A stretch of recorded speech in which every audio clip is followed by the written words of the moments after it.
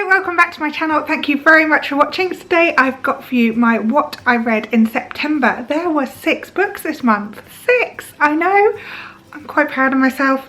So I'm going to crack on. The first one was by my favourite ever author, Fredrik Backman, and that is Us Against You. And this is the sequel to Beartown. And you will know, if you saw my last one about Beartown, that I absolutely loved the book. I don't think there's a Fredrik Backman book that I haven't absolutely loved. So this is the sequel to Beartown. It's quite clever the way, because Beartown ends with Maya being like a famous rock star. So, you know that she kind of gets through everything, but you don't know really what happens to the rest of the team following Maya being raped by Kevin. So this book follows on from that. It is a dark book. Beartown was a bit slow to get into. This one is not. You are straight into it. Straight into that kind of incredible way that Fredrik Backman writes about human nature. He just gets people, and he can write about people so eloquently, and it's just a pleasure to read. This book made me laugh out loud. It made me cry. It is about politics, about fear, about hatred, and obviously underneath all of that you also have the ongoing hockey story and how small communities are being kind of whipped up to hate each other through politics, through the media, and basically how the media is used in politics to cause people to fear or be angry, or just one little thing that someone says can make a huge difference to a whole community.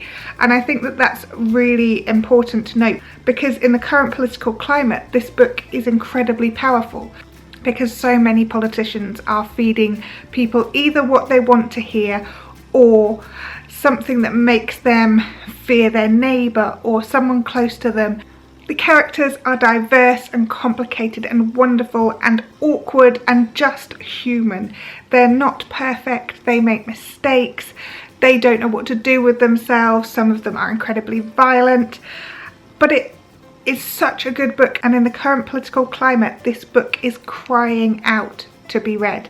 You will finish this book and want to make change. It's a really, really powerful book. I could not love Fredrik Backman's books anymore.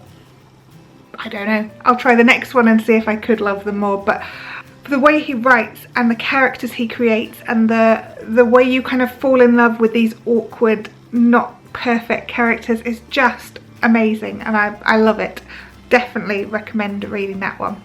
The second book I read this month is called An Absolutely Remarkable Thing by Hank Green. I've had this on my to be read list for ages, but I don't know why I haven't got round to reading it, so finally got round to reading it. This starts very strangely. April May is our main kind of protagonist in this story, and she is out really late at night and just happens to pass this incredible statue. She thinks it's a beautiful piece of art, and she calls up her friend and says, "Oh, I don't know how many people have seen this because it's the middle of the night. Come down, let's film a quick video about it." That video goes viral because nobody has seen the statue put in place. Not only have they not seen it be put in place, it is also in place in major cities all around the world, another statue. And so April May finds herself kind of an internet sensation overnight. And there's a lot of people who are saying that these statues are not good. Obviously she's instantly drawn to it. She thinks it's beautiful, she thinks it's art, she thinks it's sculpture, she thinks it's been placed there. But it turns out that it isn't. And this is where I was just like, hang on a second. So the book gets a bit weird very quickly, but it's still really readable. If you'd have told me the plot before I read it, I probably wouldn't have read it. But having read it, it's a really, really good book. It's a really interesting insight into social media and influencers and turning people into brands instead of the people that they actually are, which is kind of what happens to April May. There's some really insightful thoughts on that too, which are really quite powerful, because you think about how many people are now brands on Instagram or YouTube, but they're actually people at the same time, and they're trying to change themselves potentially to become more like that brand, and the decisions that they make about what they do day to day are impacted and influenced by their brand, which is themselves. So actually, Hank Green has written this incredibly intelligent insight into social media with a crazy storyline which totally gets you hooked. I genuinely hadn't anticipated enjoying this book as much as I did, but I really enjoyed it. The third book I read this month is Next Year in Havana by Chanel Cleeton, and this was one which was one of Reese Book Club's book picks last year, but I couldn't afford it back then. Thankfully it came down in price.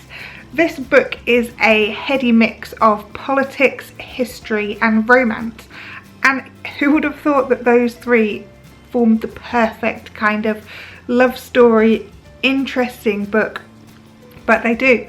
There are two main characters, both female and both related. There is Marisol Ferreira, and she has gone back to Havana for the first time. She's never visited Cuba before, but her heritage is there.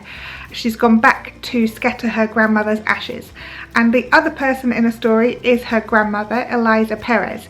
And we basically swap between the two characters throughout the book. You're learning more about each of them, and Marisol learns so much about her grandmother that she didn't know. She learns about the history of Cuba, and it's all done in such a surprising way that you're learning history whilst reading, but it's not boring at all. Because I would generally be someone who's put off by a historical novel, but actually this was just really so well written. You utterly fall in love with the different characters, but you can see that the political climate back then and even now is still unsafe, and you see the reasons why Eliza and her whole family had to leave Cuba. It's filled with fear, love, hope for the future, and hope for the Havana that Eliza once knew, that Marisol will one day see that Havana too. It's a fabulous book. I don't know if it's been made into TV series, but I would definitely watch it. Really enjoyable book. And so far throughout the month, amazing books. And then came The Testaments by Margaret Atwood, which I wanted to love. I think The Handmaid's Tale was one of the most formative books of my entire kind of literature journey. It is one of the books that had the most impact on me that I've ever read. The TV show is incredible. It's dark. It makes me sob. I can't believe how close that kind of world could be, and yet how far away it is as well. So I really wanted to love The Testaments. I feel like actually I might need to read it again to be able to fully give it a proper review. I read it and I kind of rushed through it because I really was enjoying it. It is an enjoyable book. It is the testament of the women during the time of Gilead and how Gilead was brought down. So you have the story of Aunt Lydia, and you also have Baby Nicole, who's obviously in the TV series. So you have all the kind of main characters who are within the TV series, but you also have some others. And obviously it is the testaments of these people. I felt like maybe there were too many people because it kind of diluted the testaments a little bit. It kind of didn't have the same impact. I also felt that it was meant to be thrilling, and it wasn't thrilling. It wasn't like a, oh no, what's going to happen next? Because you know that Gilead is going to be overthrown. So you do know that it's all going to be okay in the end.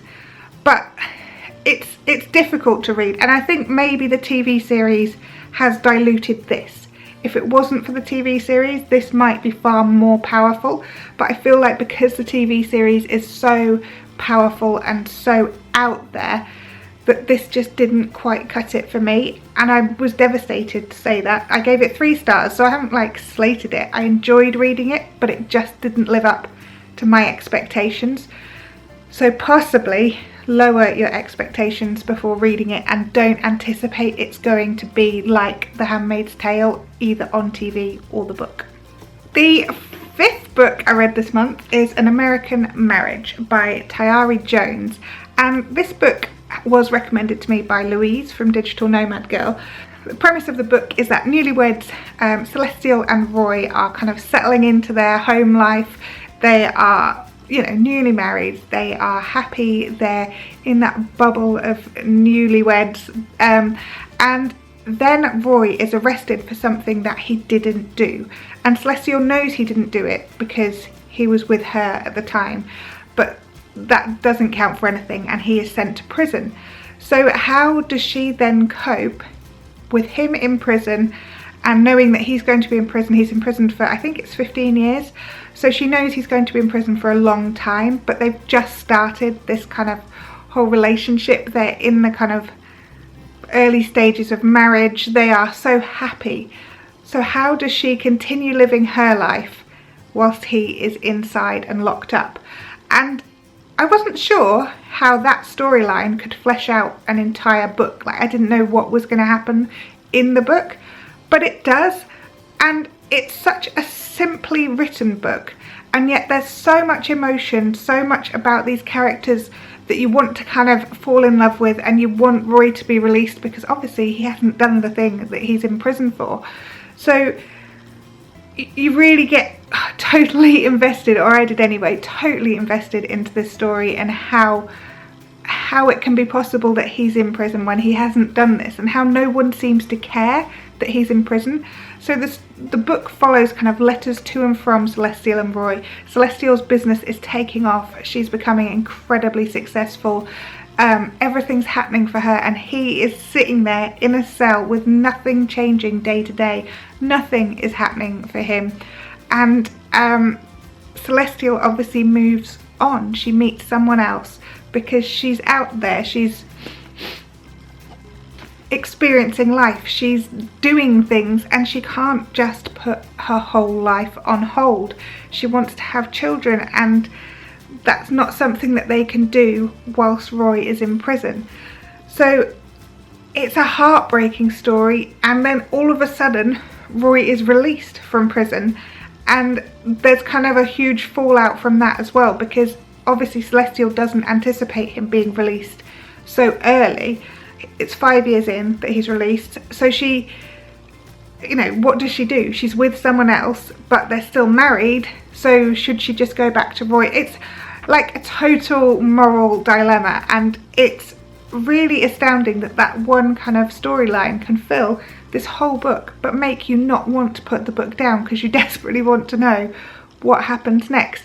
It's a brilliant book. I would highly recommend it, and thank you to Louise for recommending it to me. And the final book I read this month is The Man Who Didn't Call by Rosie Walsh. This was the Bookish Mama's book club read for September. This is quite a slow starter with quite kind of flowery language, quite romantic, not the kind of novel that I would really kind of jump into because that's not really me. But after the first kind of third, it starts getting going and it's a bit more entertaining. There's a lady called Sarah, and she falls head over heels for a guy called Eddie when she's kind of back visiting her childhood area. She now lives in LA, so she's back home visiting, and she falls head over heels for this guy, and they spend 7 wonderful days together, 7 days where they are utterly inseparable. They cannot be without each other, and it's incredible. He says he will call, and then all of a sudden he doesn't call, and she's kind of, you know, a bit confused about this. She's recently divorced, so she's got a lot going on in her life, but she doesn't seem to mind that she's recently divorced. That doesn't seem to affect her. You're kind of led to believe as the reader that Sarah's sister has been killed when she was younger in something awful, and you assume, or I assumed, that it was Eddie who has killed her by accident, but you know, this is what you kind of assume has happened. The ending is all over the place because exactly what you assume hasn't happened, but I just felt it was a bit flat. I gave it 3.5 stars, but basically the book is Sarah trying to find out why Eddie has ghosted her and just not contacted her again. And obviously she kind of deserves to know why, but it's quite complicated and a bit too long, and I'm not quite sure that the storyline worked for me, but it was an enjoyable book and I did want to keep reading. And maybe the ending was just a bit too many different twists and turns. I just don't know. Anyway, I did enjoy reading it. I'm sorry this video is so long. There were a lot of books this month. I don't know how many I'll be getting read next month. Who knows? Probably not 6 though, because that is quite a lot. Thank you very much for watching, and I will see you again soon. Alright, bye.